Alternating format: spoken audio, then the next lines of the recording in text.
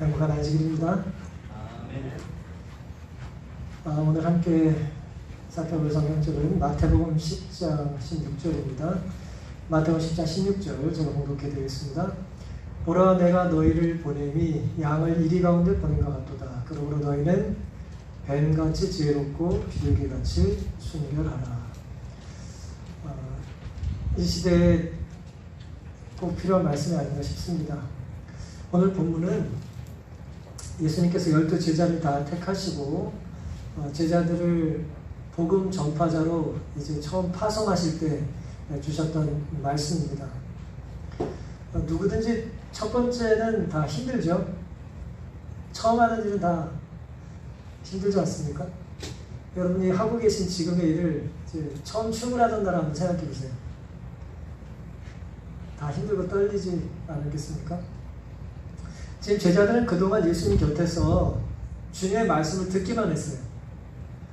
그리고 주님께서 베푸시는 이적을 이제 목격하기만 했습니다. 그런데 이제 예수님께서는 제자들을 주님을 떠나서 주님을 위해 일하라고 보내신 겁니다. 직접 해보기 전에는 알 수 없는 것들이 많이 있죠. 백문이 불여일견이라는 말이 있는데 100번 듣는 것이 한번 보는 것만 못하다, 그런 얘기잖아요. 그렇죠? 오늘 말씀을 굳이 적용을 하자면 백문이 불여일견 같이 백견이 불여일행 좀 될지 모르겠어요. 아무리 많이 봐도 내가 해보지 않으면 알 수가 없는 것입니다. 노래 잘하는 사람들을 아무리 옆에서 많이 그 사람들의 노래를 들어도 우리가 노래를 잘할 수 있게 되진 않아요. 노래는 언제부터 잘하기 시작할까요? 해봐야겠죠. 자꾸 이제 직접 소리를 내야 되는 것입니다. 아무리 그림을 잘 그리는 위대한 화가가 우리 옆에 있고 그 사람이 그림 그리는 걸 아무리 열심히 구경을 해도 내 손이, 내 눈이 그것을 직접 시도해보지 않으면, 실습하지 않으면 성장할 수가 없는 것입니다. 직접 해보는 것은 그래서 매우 중요합니다. 오늘 본문은 그래서 예수님께서 오늘 우리에게 복음을 전하라고 파송하시면서 이리 가운데 이제 우리가 보냄받았다고 말씀을 하셨어요. 오늘 제목을 그래서 이리 가운데 보냄받은 양이라고 한번 정해봤습니다. 이리 가운데 보냄받은 양. 우리가 양이라면 우리는 어디에 보냄받은 거예요? 이리 가운데 보냄을 받은 겁니다. 마태복음 10장 6절부터 보시면 예수님께서 제자들을 보낼 때의 상황을 또 보내면서 예수님께서 들려주신 몇 가지 지침들이 나오는데요. 이리 가운데 보냄받은 양들은 어떻게 살아야 되는가? 6절입니다. 차라리 이스라엘 집에 잃어버린 양에게로 가라. 가면서 전파하여 말하되 천국이 가까웠다 하고 병든 자를 고치며 죽은 자를 살리며 문둥이를 깨끗하게 하며 귀신을 쫓아내되 너희가 거저 받았으니 거저 주어라 그러셨어요.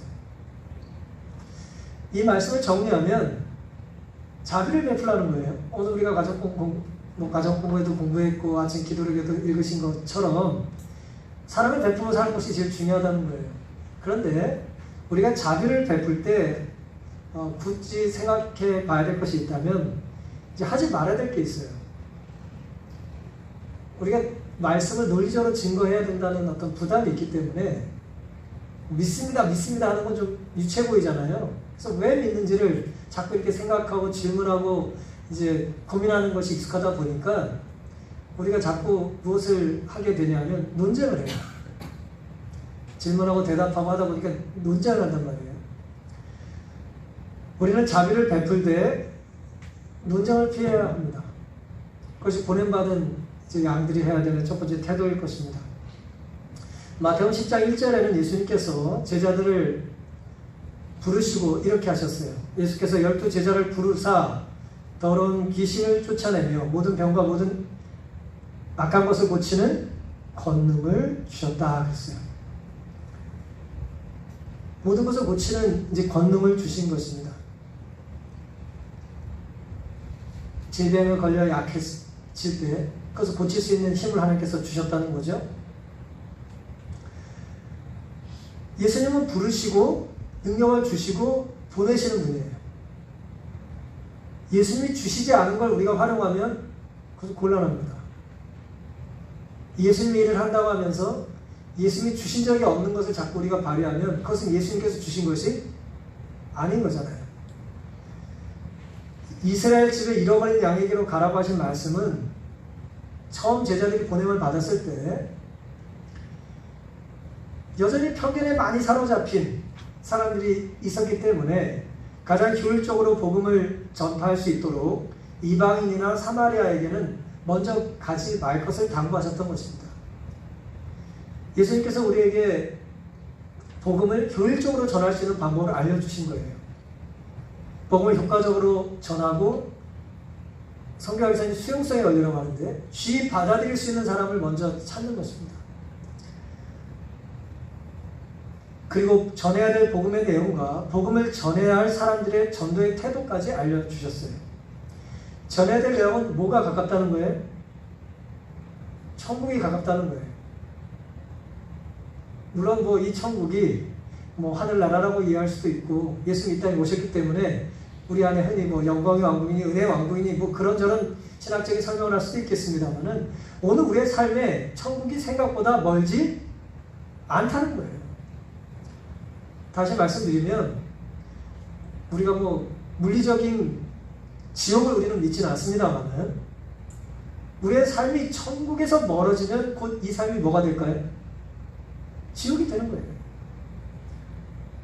사르트르 같은 사람은 그래서 타인을 지옥이라고 말하기도 한 겁니다. 옆 사람이 지옥같이 느껴지는 거예요. 오늘 과정 공부할 때 우리 황 집사님 이야기한 것처럼 천국을 같이 가고 싶지 않다면 나는 그 순간 뭘 경험하고 있는 거예요? 지옥을 느끼고 있는 거예요. 우리는 그래서 그 문제를 반드시 해결해야 합니다. 우리 노력 갖고 해결되지 않는다는 우리가 잘 알죠. 그래서 우리는 이 땅에서 지옥이 경험되어질 때마다 주님을 붙잡아야 됩니다. 주님을 내 마음에 모시고 살아야 되는 거죠. 그래야 내 죄된 본성 안에 고집하는 것이 사라지고 그리스도가 내 안에 새롭게 이식하실 수 있는 거예요. 좌정하실 수 있는 것입니다. 천국이 가까웠다. 회개하라라고 하는 말씀은 우리가 복음서를 읽으면 누가 처음에 전했어요? 신의 요한이 전했죠. 그리고 예수님이 전하셨죠. 공생의 처음의 메시지죠. 근데 지금 똑같이 제자들에게 뭘 전하라고 하셨어요? 천국이 가까웠다고 전하라고 하셨어요. 복음의 내용이 바뀌었어요? 안 바뀌었어요? 안 바뀌었어요. 여기서 우리 매우 중요한 것을 하나 배울 수 있습니다. 복음의 전달하는 방식은 바뀔 수 있어요. 복음을 전달하는 방식은 바뀔 수 있어요. 지금도 우리가 복음을 전하는 방식이 조금 바뀌었죠? 그렇죠? 복음에 반응하는 방식 조금 바뀌었어요. 하지만 복음의 내용이 바뀔 수는 없습니다. 그것이 바뀌면 안 돼요. 방법은 바뀌어도 괜찮아요. 좀 더 효율적인 방법을 우리는 찾아야 합니다. 그냥 익숙한 게 좋은 것만은 아니에요. 어쩌면 대면, 비대면 이런 말 전혀 우리가 쓰지 않던 말들이잖아요. 비대면이라는 걸 우리는 상상을 못했었으니까요. 그런데 오늘 이런 상황에 우리가 어떻게든 우리가 성도와 교제를 나누고 하나님께 영광을 돌리고 예배자로서의 어떻게 영적인 우리의 정체성을 유지해야 되는지에 대해 고민을 하다 보니까 이런저런 것도 우리가 찾게 되는 것이죠. 그것은 좋은 것이고 필요한 거예요. 그냥 익숙하다 익숙하지 않다라고 판단하실 일은 아닙니다. 필요하다면 익숙해져야죠. 하지만 몸 바뀌면 안 된다고요? 복음의 내용을 우리가 바꾸면 안 되는 것입니다. 사탄은 그런데 복음의 내용을 바꾸려고 하겠죠? 그렇죠? 무엇이 더 중요한가? 바뀌지 말아야 될 것과 바꿔도 되는 것이 구분되어야 되는 때에 우리가 살고 있습니다. 그렇다면 우리는 어떤 마음으로 복음을 전해야 될까요? 우리 과정 공부 내내 공부한 것입니다. 어떤 마음으로 복음을 전해야 할까요? 그들은 나사렛 예수가 메시아인지에 대하여 사람들과 논쟁을 벌일 것이 아니라 예수님께서 보내셨던 제자들이 복음을 전하면서 논쟁할 것이 아니라 예수의 이름으로 예수께서 행하신 것과 같은 자비를 베푸는 일을 행할 것이었다 그랬어요. 이 자비라고 번역된 말, 요즘 말로는 사랑이라고 생각하시면 되고요. 좀 더 부드럽고 좀 통용되는 단어는 친절이라고 생각하시면 되겠습니다. 예수님께서 행하신 것처럼 자비를 베푸는 일을 행해야 한다. 주께서 지나신 곳에서는 당신의 동정을 받은 자들이 건강함으로 기뻐하고 새로 찾은 능력을 시험하고 있었다. 예수의 음성은 많은 청각 장애인이 들은 최초의 소리였고 그의 이름은 언어 장애인이 말한 최초의 말이었으며 그의 얼굴은 시각 장애인이 본 최초의 얼굴이었다. 이 청각 장애인, 언어 장애인, 시각 장애인은 이제 제가 바꾼 말이에요. 요즘 이렇게 쓰지 않으면 이게 문제가 되기 때문에 오래된 번역 성경에 이제 벙어리, 소경, 기목어리 이렇게 되어 있잖아요. 우리가 이제 더 이상 그런 단어를 쓰지 않는 것이 좋기 때문에 제가 현대어로 제 나름대로 이제 바꿔서 읽어드렸습니다. 우리가 해야 될 일, 우리가 전해야 될 일, 전해야 될 태도, 여기 다 나와 있습니다. 예수께서 제자들을 보내시면서 논쟁으로 진리를 증거하지 말라고 하셨어요. 이 논쟁한다는 게 뭐예요? 누가 옳으냐를 가지고 얘기하는 게 논쟁이잖아요. 효과가 있고 필요할 때가 있습니다. 하지만 그것이 복음을 전하는 첫 번째 효율적인 방법은 아니라는 거예요. 복음을 전해야 될 첫 번째 효율적인 방법은 친절한 것입니다. 자비를 베푸는 거예요. 다른 말로 필요를 예민하게 파악하고 채워주는 거예요. 예수님은 그렇게 사셨다는 거죠. 언제나 논쟁보다는 친절이 효과적이에요. 말 잘하고 똑똑한 사람을 우리가 부러워할지 모르지만 좋아하는 것과는 별개입니다. 저 사람 참 잘해 똑똑해 라고 하는 말은 거리감 있는 말일 수 있어요. 하지만 저 사람 참 친절하고 부드럽고 참 옆에서 행복하게 해주는 사람이야 라는 말은 뭐예요? 닮고 싶은 거예요. 그렇게 되고 싶은 것입니다.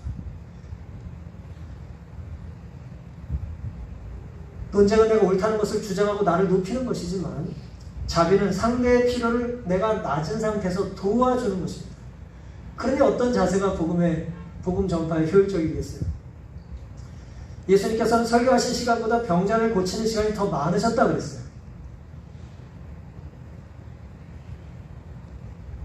복음을 전하는 시간, 예를 들어 가르치는 시간, 설교하는 시간, 고치시는 시간, 우리 신학교 들어가면 이 복음전화 공부하면서 배우거든요.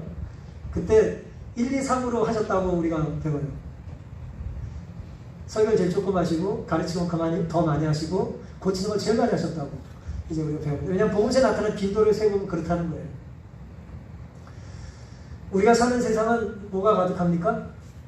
이리때가 가득해요. 왜냐하면 너희를 이리 가운데 보냈다 말씀하셨으니까 이가 가득합니다.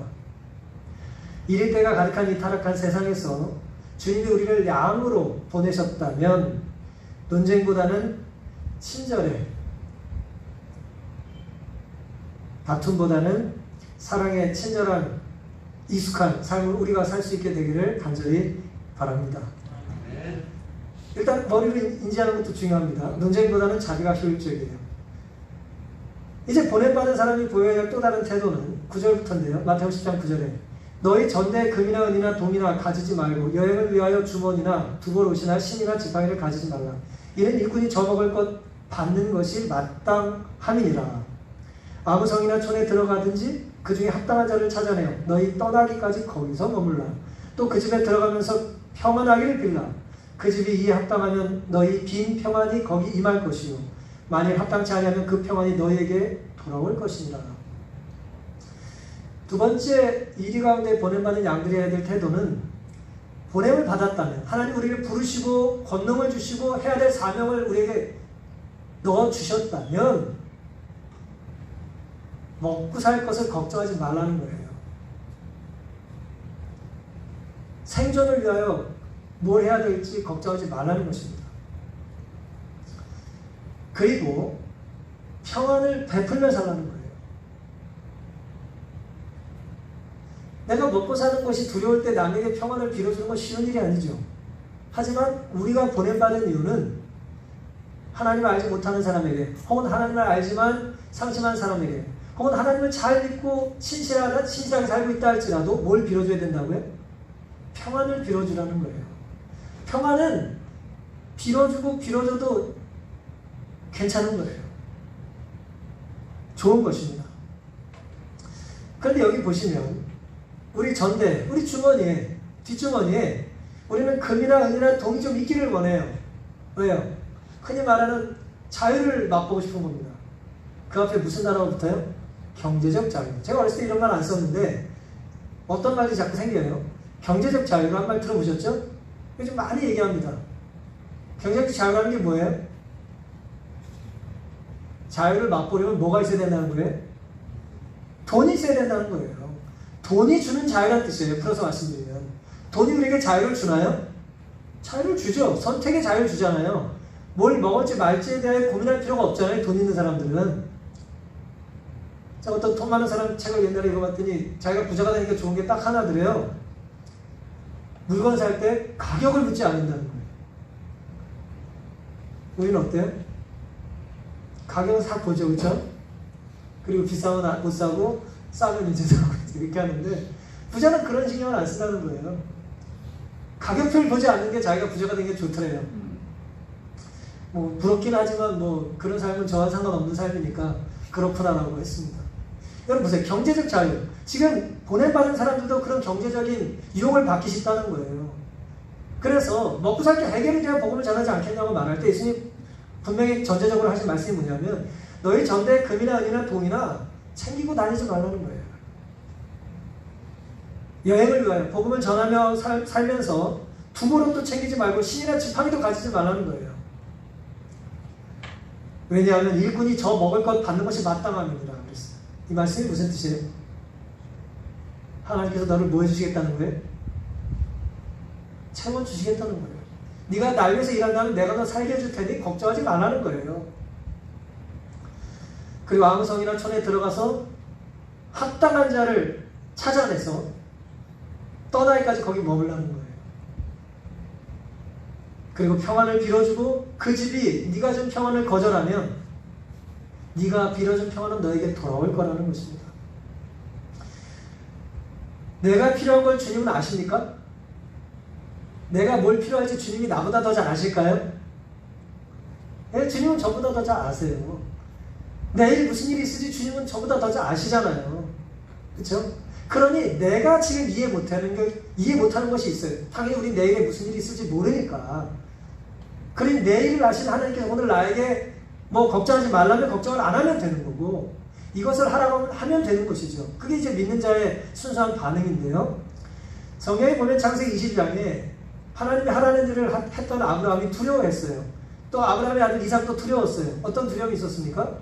양을 잡으러 가자 그래놓고 모리아산에 갔더니 양이 있어요, 없어요? 양이 없잖아요. 이삭이 아버지에게 묻습니다. 번제할 어린 양은 어디 있습니까? 창세기 20장 7절 8절에 아브라함이 대답합니다. 8절에 아들아 번제할 어린 양은 하나님이 자기를 위하여 친히 준비하시리라 라고 대답을 합니다. 14절 아브라함이 그 땅의 이름을 여호와 이레라 하였으므로 여호와 이레라는 말은 하나님이 보신다는 뜻이에요. 이레는 본다는 뜻입니다. 아브라함이 그 땅의 이름을 여호와 이레라 하였으므로 오늘까지 사람들이 이르기를 여호와의 산에서 준비되리라 하더라 그랬습니다. 아무런 준비가 필요 없다는 말이 아니라 하나님이 모든 걸 채워줄 수 있다는 것을 믿으라는 거예요. 하나님께서는 하나님 뜻에 순종하는 자들의 필요한 것을 아시고 보시고 공급해 주십니다.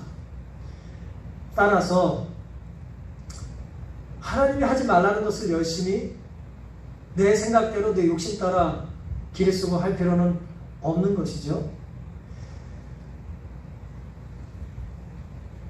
우리가 길을 가다 보면 아스팔트가 깔려 있습니다. 그렇죠? 콘크리트도 있고요. 우리가 필요한 것들이잖아요. 그렇죠? 근데 그거 필요하다 그래서 우리가 그것을 깨가지고 주머니에 들고 다닙니까? 그러진 않죠. 어떤 분이 천국에 대한 말씀을 하시면서 이런 말씀을 하시더라고요. 하늘 가면 진주문에 금도성에 금거리가 있다는 거죠. 하늘 가면 너무 많은 건데 너무 흔한 건데 우리가 이 땅에서 뭐하고 있다는 거예요? 그것을 집어넣기 위해서 애를 쓰고 다닌다는 거죠. 하나님 필요하면 주실 것이고 필요한 만큼 제공해 주실 것을 믿고 사시기를 간절히 바랍니다. 이 최초의 복음 전도 여행에서 제자들은 예수께서 이미 그들보다 앞서가셔서 친구들을 사귀어 놓으신 곳에만 갈 것이었다 그랬습니다. 합당한 자를 찾아내라고 그랬죠. 11절에. 이게 무슨 뜻일까요? 저는 이 말씀 묵상하면서 참 감동을 많이 받았습니다. 우리가 누군가 참 사랑하고 존경하고 믿을 만한 사람을 이 땅에 살면서 만나는 건 특권이고 축복이죠. 그렇죠? 여러분이 사시면서 지금까지 정말 믿을 만한 매력적인, 정말 흠모할 많고 사랑스럽고 존경할 만한 분을 만났어요. 내가 일방적으로 사랑한 게 아니라 그분도 나를 사랑하고 좋아해요. 그럼 좋은 거죠? 행복한 거잖아요. 근데 그분이 자기가 정말 사랑하는 누군가를 우리에게 소개해 준다고 생각해 보세요. 정말 좋은 분이고 내가 너를 정말 좋게 소개했고 둘이 만났으면 좋겠다라고 이야기를 해요. 그럼 소개받은 그분을 만날 때 마음이 어떨까요? 기대가 있을까요? 없을까요? 기대가 있겠죠? 그렇죠? 믿을만한 사람이 믿을만한 사람이라고 소개하면 믿을만 하겠죠? 사랑스러운 사람이 정말 사랑스러운 사람이라고 말한다면 그 대상은 사랑스러울 거 아니에요. 예수님께서 지금 제자들을 파송하시면서 마태복음 10장 11절에 아무 성이나 촌에 들어가든지 그 중에 합당한 자를 찾아내어 너희 가운데 너희가 떠나기까지 거기서 머물라는 말씀의 의미는 화이색 기록에 의하면 예수님께서 이미 그들보다 앞서 가셔서 친구들을 사귀어 놓으신 곳에만 제자들을 보낼 거라는 의미라는 거예요. 예수님이 사귄 사람은 우리 뭐 하는 거예요? 소개받는다는 거죠. 그리고 우리는 그런 합당한 사람을 만났을 때 교제할 수 있는 특권을 가진 사람들입니다. 근데 우리가 평안을 빌어주고 기도를 했는데 그걸 거절한 사람이 있다는 거예요. 모두가 우리가 복음을 전할 때 받아들이는 건 아니잖아요. 아무리 친한 사람도 밥을 먹자 그러면 밥을 먹고 놀러 가자면 놀러 가고 심지어 무슨 여행 가자 그러면 같이 다니는 사람도 교회 가자 그러면 같이 안 가는 사람 있잖아요. 그쵸? 그럴 수 있어요. 그런 부담을 느끼는 건 나쁜 것이 아니에요. 우린 정말 좋은 걸 주고 싶은데 이 사람은 정말 좋은 거에 관심이 없고 덜 좋은 것만 자꾸 관심을 갖는 거죠. 거기까지만이라는 거예요. 근데 예수님은 우리에게 정말 누군가를 사랑한다면 오늘 공부하신 것처럼 사랑한다면 뭘 전해야 돼요? 복음을, 진리를 전하지 않으면 우리 진짜 사랑하는 건 아니고 우리가 진짜 주고 싶은 걸 준 것은 아니라는 것입니다. 그렇잖아요. 정말 주고 싶은 걸 줘야 사랑이잖아요. 그래서 우리는 예수님의 이름으로 평안을 빌어주라는 것이죠. 그 사람이 거절할 수 있다 할지라도 뭘 빌어주라고요? 평안을 빌어주라는 것입니다. 기도해주라는 거예요. 중보기도 하라는 거예요. 그래서 우리는 굉장히 중요한 것을 하나 배울 수 있습니다. 우리가 빈 평안이 우리에게 뭐 할 거예요? 돌아올 거라는 거예요. 그가 거절한다면. 이 말씀 무슨 뜻일까요? 내가 한 말이 나에게 돌아온다는 거예요. 내가 한 말이 나에게 돌아와도 문제없는 말을 하라는 거예요. 우리가 누군가에게 안 좋은 말을 막 하면 그 말이 간 게 아니고 뭐 한다고요? 사실 나한테 돌아오는 거예요. 우리 자녀가 들어야 될 말을 한다고 생각하고 말을 해야 합니다. 돌려 우리 가족이 그것을 받게 될 거라고 생각하는 마음으로 포장을 하고 또 뭐예요? 선물을 뿌리고 나눠줘야 되는 거예요. 정성을 다해서. 이심 없이 행한 봉사에서 나타난 그리스도의 사랑은 악인을 개심시키는 데 있어 칼이나 법정보다 더 효과적이 될 것이다. 흔히 마음은 책망을 받게 되면 강팍하게 되지만 그리스도의 사랑 안에서는 녹을 것이다. 우리 마음이 언제 녹습니까? 사랑에 녹습니다. 우리 마음은 사랑에 녹아요. 그러니 완악한 우리의 마음을 하나님께서 녹여주신 것처럼 아직 덜 녹아가지고 이제 괴로울 때가 있죠. 그럼 다시 하나님께 나아가야 그 사랑의 온기로 다시 녹게 되는 것이고 우리도 받은 그 사랑을 가지고 주변의 칼이나 비난이나 논쟁이 아니라 정죄가 아니라 자비와 친절을 가지고 평안을 빌며 다가갈 수 있게 되시기를 간절히 바랍니다. 하나님께서 우리를 그리스도로 불러주셨다면 우리의 삶을 책임져 주실 것이고 내 필요를 나보다 더 잘하시는 분께서는 우리가 필요할 때 적절하게 공급해 주실 것입니다. 따라서 우리는 받는 것에 만족하기보다는 나누는 삶을 실천하며 살기를 다짐하는 이 시간 되기를 간절히 바랍니다. 불안이나 불신을 조장하는 말보다는 평안을 빌어주는 성도가 되고 주변에 부담을 주는 존재가 아니라 주변에 부담을 덜어주는 그런 삶을 살기로 다짐하는 이 시간 되기를 간절히 바랍니다. 오늘 본문은 이제 마지막 우리에게 매우 중요한 교훈을 이제 주는데요. 마태복음 10장 16절부터 보시면 보라 내가 너희를 보내니 양을 이리 가운데 보낸과 같도다. 이제 제자들을 파송하시면서 예수님께서 하신 말씀이에요. 양을 이리 가운데 보내는 예수님의 심정이 어떠시겠어요?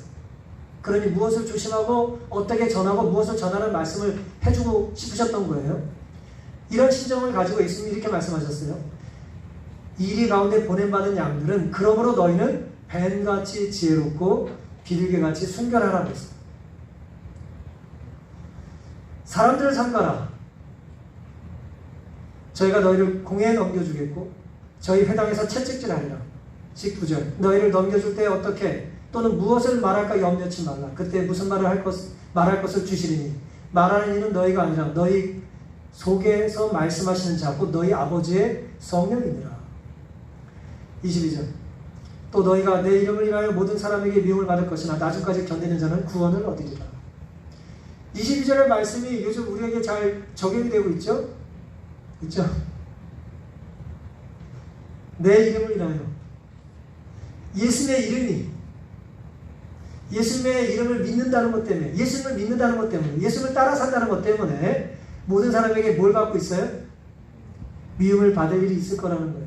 하지만 나중까지 견디는 자는 뭘 얻어요? 구원을 얻습니다. 이 말씀을 그대로 이해하면 우리가 예수님 때문에 미움받는 것을 끝까지 견디면 구원받을 거라는 거예요. 물론 우리가 미움받을 짓을 해서 미움받으면 안 됩니다. 그것 때문에 뭐 그렇게 미움받는 걸 말씀하신 것이 아니에요. 베드로 사도로 말했던 것처럼 우리가 뭐 책망받을 일을 해가지고 책망당하는 건 하나님께 영광이 되지 않잖아요. 여기서 우리가 본문을 매우 중요하게 인식해야 되는데요. 15절까지는 직접 파송한 제자들이 하신 말씀이에요. 그 시대에 하신 말씀이에요. 16절부터는 놀랍게도 그 말씀 이후에 해당되는 우리에게 적용될 수 있는 말씀입니다. 그러니 이리 가운데 보냄받은 양은 당시의 제자들에게만 하신 말씀이 아니고 오늘 그 이후에 살 마지막 시대를 살 각 시대의 그리스도인들에게 하신 말씀이에요. 이건 제 이야기가 아니라 주석의 이야기고 또 화세의 이야기입니다. 이후 각 시대 일꾼들에게 일반적으로 적용될 교훈을 주신 거예요. 마태복음 10장 16절에 대한 본교 주석의 주석이고요. 화세 말씀을 읽어드리겠습니다. 이제 구주의 눈은 미래를 꿰뚫어 보신다. 제자들을 보내면서 미래를 보시고 계세요.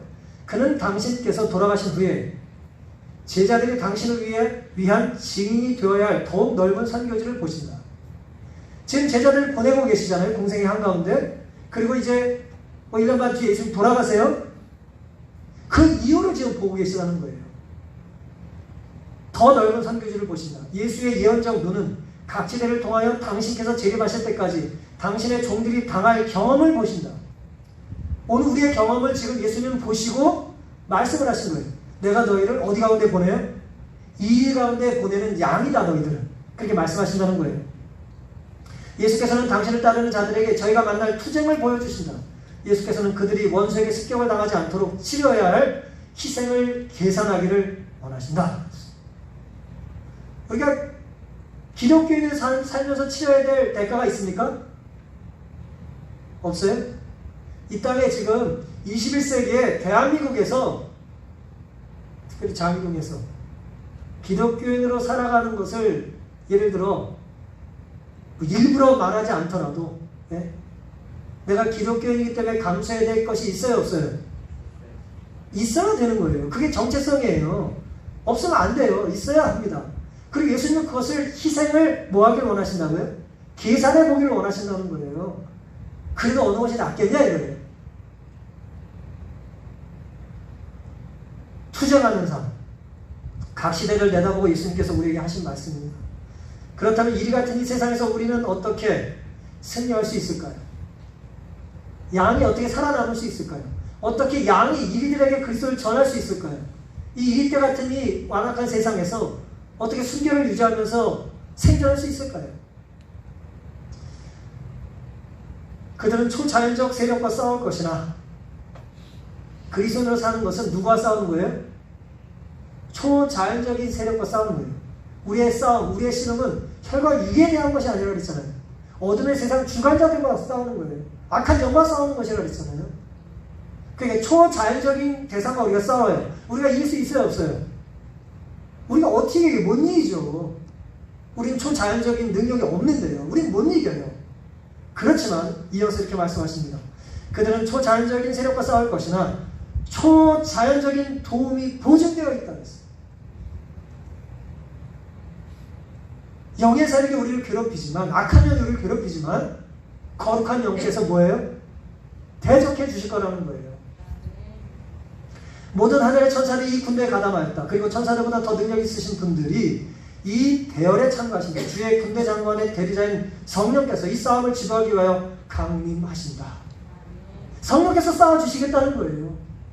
성령 충만하다는 얘기는 절실한 이야기입니다. 오늘 우리에게. 성령께서 이 싸움을 지도하기 위하여 강림하신다. 우리는 매우 허물이 많고 죄와 실수가 심할지라도, 이런 말씀은 우리에게 뭐예요? 위로가 되죠. 우리는 매우 허물이 많고 죄와 실수가 심할지라도 하나님의 은혜는 통회하는 마음으로 구하는 모든 사람에게 주어진다. 성령이 임할 거라는 거예요.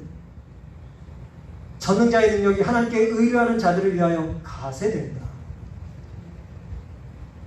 이 영적인 싸움에서 승리할 수 있는 비결이 무엇인지 선지자가 분명히 우리에게 권면하고 있습니다. 악한 영을 우리 힘으로는 이길 수 없지만 거룩한 영께서 우리를 승리로 이끌어 주실 것입니다. 비록 우리가 허물이 많고 죄가 많고 실수가 심하다 할지라도 우리가 통회하는 마음을 가지고 하나님께 우리의 마음의 문을 열어두기만 한다면 성령께서는 그 틈을 비집고 들어오셔서 우리를 구원으로 인도해 주신다는 거예요. 인간의 능력이 아니라 하나님의 은혜로 가능하다는 것입니다. 그렇다면 뱀처럼 지혜롭고 비둘기처럼 순결하다는 것은 무슨 뜻일까요? 이 참 곤혹스러운 말씀이에요. 뱀처럼 지혜로운 게 무엇일까? 요즘 같은 때. 비둘기처럼 순결한 건 또 뭘까? 요즘 같은 때 말이에요. 랍비들은 이런 어떤 그 유대인들에게 이제 하나님에게 대해서는 순결하라고 가르쳤고요. 하나님 앞에는 순결하라고 가르쳤고, 이교도 이방인들에게는 지혜롭게 살라고 가르쳤어요. 그럴듯하죠? 그렇죠? 하나님을 잘 아는 사람들끼리는 좀 순결하게 살고, 하나님을 모르는 나를 속일 수 있는 사람에게는 뭐 하라고요? 다 믿지 말고 이제 살라는 거죠. 하지만 주님은 어떻게 말씀하세요? 모든 복음 전파자들에게 순결하고 지혜로울 것을 둘 다 요청하셨어요. 나누는 것이 아니라 둘 다 요청하셨다는 거예요. 사실 본교 주석에서 뱀의 지혜는 뭐 뱀의 간교함을 얘기한 것이 아니고 뱀의 장점을 얘기하는 것이죠. 어떤 장점이 있습니까? 뱀은 어려움을 당하면 피해요. 그렇죠? 제가 몇 달 전에 산에 갔다가 뱀을 한 두 마리 봤네요. 최근에 산에 갔다가 뱀이 가만히 있거나 피해요. 이렇게 가만히 있을 때 뭐예요? 지가 가만히 있는 게 유리하다고 느낄 때 가만히 있는 거예요. 피하는 건 뭐예요? 슬 피해도 모르겠다 그럴 때 이제 피하는 것이죠. 뱀의 그런 이미지죠. 어떤 이미지요? 어려움을 인식하고 신속하고 신중하게 행동하는 거예요. 사탄의 괴계를 우리가 꿰뚫어 볼 수 있는 것이죠. 그게 뱀의 지혜라는 거예요. 민첩하고 용이 주도해야 된다는 거예요. 지금 내가 뭘 해야 될지를 뱀은 아는 거예요. 반면에 비둘기는 뭡니까? 비둘기의 순결은 뭐예요? 말 그대로 순결하는 거예요. 섞이지 않는 거예요. 문자 그대로. 순결이라는 말은 헬라어에 섞이지 않았다 그런 뜻이에요.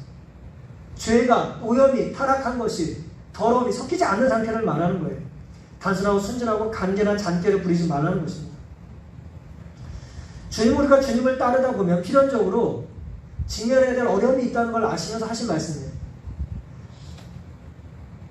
근데 보세요.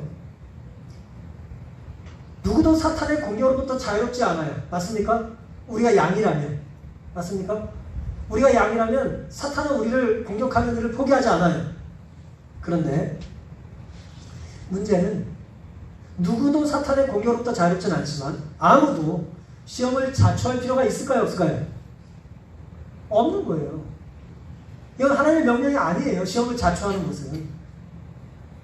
주어진 상황에서 우리가 뱀처럼 혹은 비둘기처럼 때로 지혜롭게 때로 순결하게 반응해야 되는 건 맞지만 우리가 시험을 초래하는 건 하나님의 뜻이라고 볼 수가 없는 것이지요. 그렇다면 피할 싸움과 피하지 말아야 될 싸움을 우리가 어떻게 구분할까요? 이게 이제 오늘 말씀에 좀 어렵지만 이제 결론 부분이라고 할 수가 있겠습니다. 피할 싸움과 피하지 말아야 될 싸움을 우리가 어떻게 구분할까요? 이 이집대가 가득한 세상에서 양으로 사는 우리들이 피할 싸움은 뭐고 피하지 말아야 될 싸움은 뭘까요? 살다 보면 피해야 될 싸움이 있습니까? 모든 싸움 다 피해요? 아니죠. 피해야 될 싸움이 있는 거예요.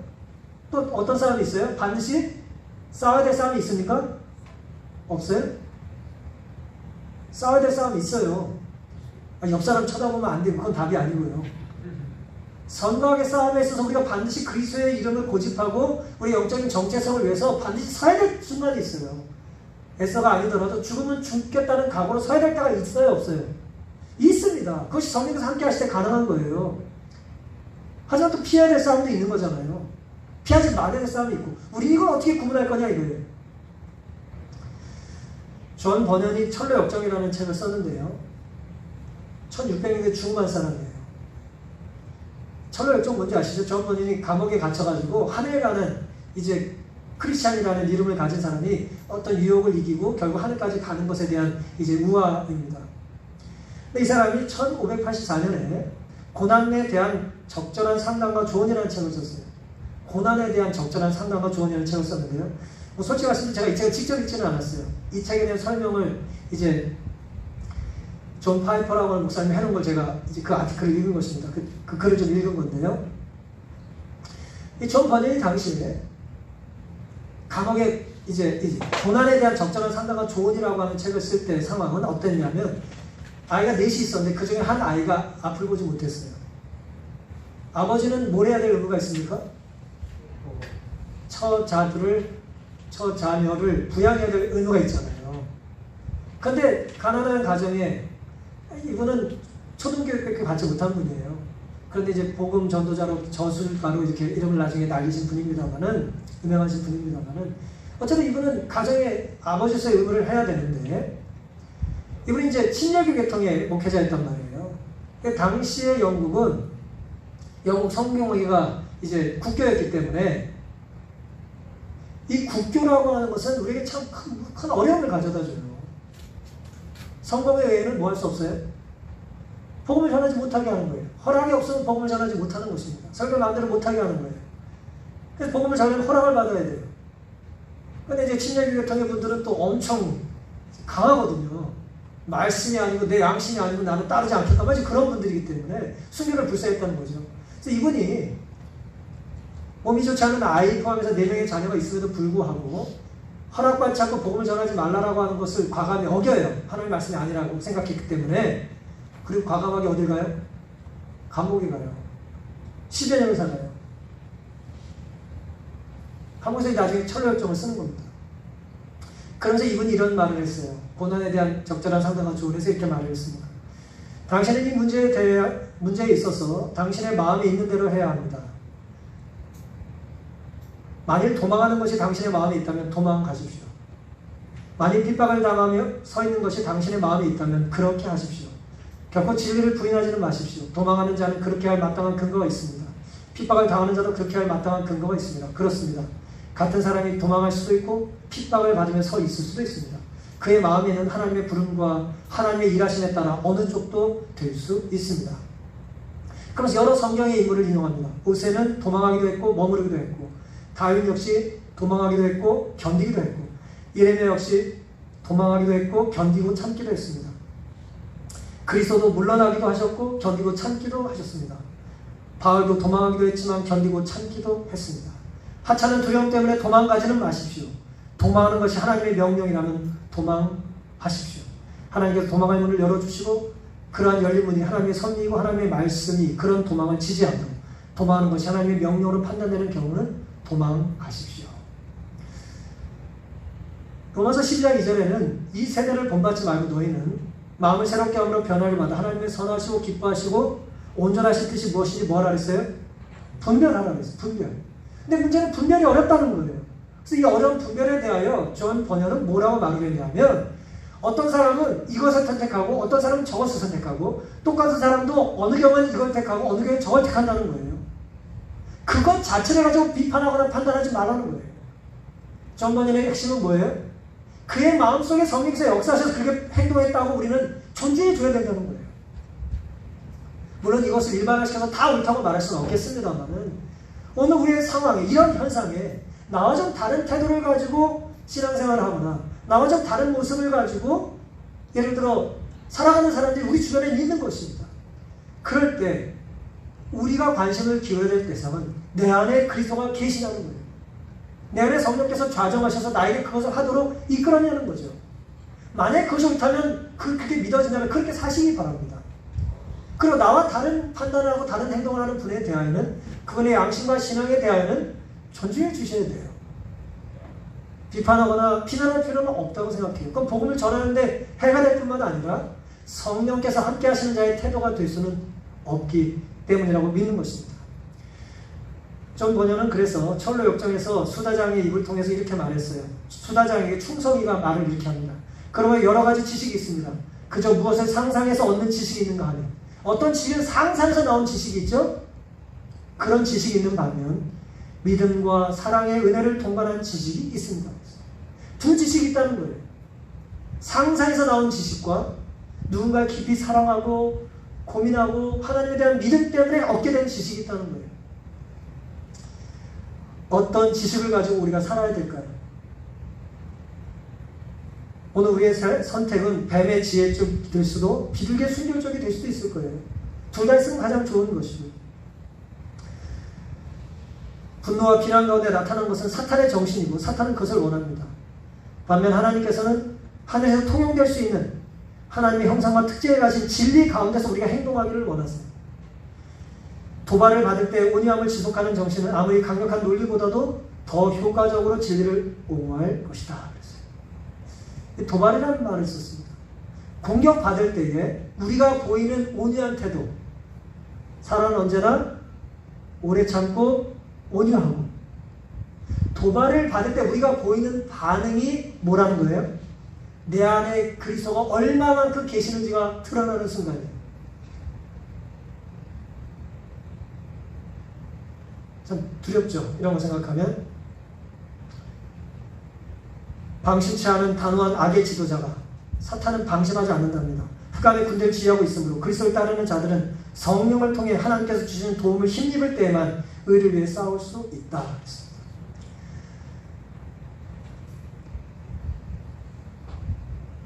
영적 싸움에서 승리하는 비결은 성령의 도우심으로만 가능합니다. 이리 때 틈에서 양으로 살아가는 것은 쉬운 일이 아니죠. 이리 때에 치이다 보니까 양들끼리 자꾸 뭐예요? 이리의 모습이 드러날 때가 있어요. 양이 양을 괴롭히는 거예요. 즉시 하나님께 돌이켜 회개해야 합니다. 우리가 이리를 닮아가지 말고 이리 가운데 보내신 예수 그리스도 닮아갈 수 있게 되기를 간절히 바랍니다. 성령께서 사용하는 사람은 어떤 사람일까요? C.S. 루이스의 이야기를 읽고 정리 좀 하겠습니다. 순전한 기독교라고 하는 이분의 책에는 이런 말씀이 있습니다. 그리스도인이 다른 사람보다 나아야 한다는 법은 없다. 위로가 되는 말이죠. 그리스도인이 다른 사람보다 나아야 되는 법은 없어요. 아멘 좀 하셔야 되는 거 아니에요? 그리스도인이 다른 사람보다 더 나아야 될 필요는 없어요. 제 말은 아니고 C.S. 루이스의 말이에요. 그럴듯하잖아요. 그러나 그리스도인이 된 사람은 그리스도를 만나지 못했던 과거의 자신보다 더 나은 사람이 되어야 한다 그랬어요.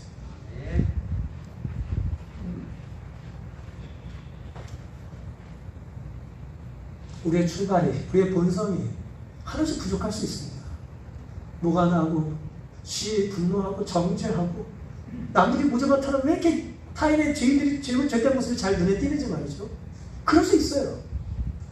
하지만 우리가 온전히 그리스도를 모시고 산다면 우리의 모습이 어떻게 돼야 돼요? 예수님을 만나기 전보다는 좋아져야 된다는 거예요. 우리 안에 하나님이 좌정하시 이 교회 안에 성령께서 임재하신다면 이 교회는 어때야 된다고요? 좀 더 좋은 교회가 되어야 되는 것입니다. 성령께서 하실 거예요.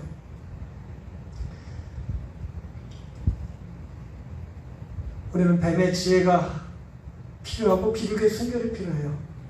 두 가지가 모순된다고 생각하거나 상치된다고 생각하지 않게 되시기를 바랍니다. 누군가는 성령의 인도하심 따라 지혜 쪽을 택할 수도 있고 어느 순간에 어떤 사람은 미련스럽지만 비둘기의 순결 쪽을 택할 수 있을 거예요. 우리가 생각해 봐야 될 것은 하나님 쪽에게 판단하는 비판하는 은사를 주신 적이 없으니까 하나님이 주신 것이 아니라면 하나님 것이 아니고 그것은 하나님 것이 주신 것이 아니니 좋은 결과를 도출할 수가 없을 것입니다. 우리가 할 일은 사랑하는 것이고 나누는 것이죠. 마태복음 10장 주제 성경절을 다시 한번 읽겠습니다. 보라 내가 너희를 보냄이 양을 이리 가운데 보낸 것 같도다. 그러므로 너희는 뱀같이 지혜롭고 비둘기같이 순결하라. 20절 말하는 너희가 아니라 너희 속에서 말씀하시는 자 곧 너희 아버지의 성령이니라. 또 너희가 내 이름을 인하여 모든 사람에게 미움을 받을 것이나 나중까지 견디는 자는 구원을 얻으리라. 이 말씀을 우리가 다시 풀면 나중까지 사랑하는 자는, 나중까지 친절한 자는, 끝까지 온유한 자는 하나님의 이름을 높이고 구원을 받게 될 것입니다. 우리를 괴롭히는, 우리를 유혹하는 끊임없이 우리의 빈틈을 밀고 들어오려고 하는 독선과 비난과 불평의 정신을 버리고 그리스도를 닮아서 하나님의 사랑을 품게 해달라고 기도드리고, 비록 이리때가 같은 세상이고 우리 안에도 이리때 같은 모습이 끊임없이 드러나지만 천국을 선포하라고 주님께서 보내셨음을 믿고 주님이 내 안에 재현되는 삶을 살게 해달라고 한 주 동안 열심히 몸부림치며 살게 되시기를 바라면서 오늘 말씀을 마치겠습니다. 아멘.